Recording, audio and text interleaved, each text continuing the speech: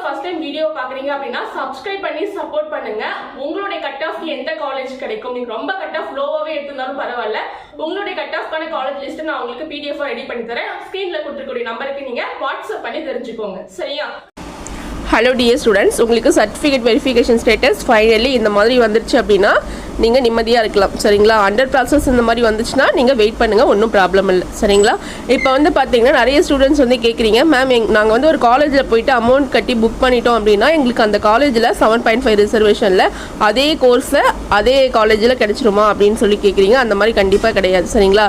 உங்களுக்கு வந்து college allotment பண்ணுறது வந்து சிஸ்டம் தான். சிஸ்டத்துக்கு வந்து தெரியாது நீங்கள் முன்னாடியே பணம் கட்டியிருக்கீங்க பட்டல அப்படின்லாம் தெரியாது. சரிங்களா?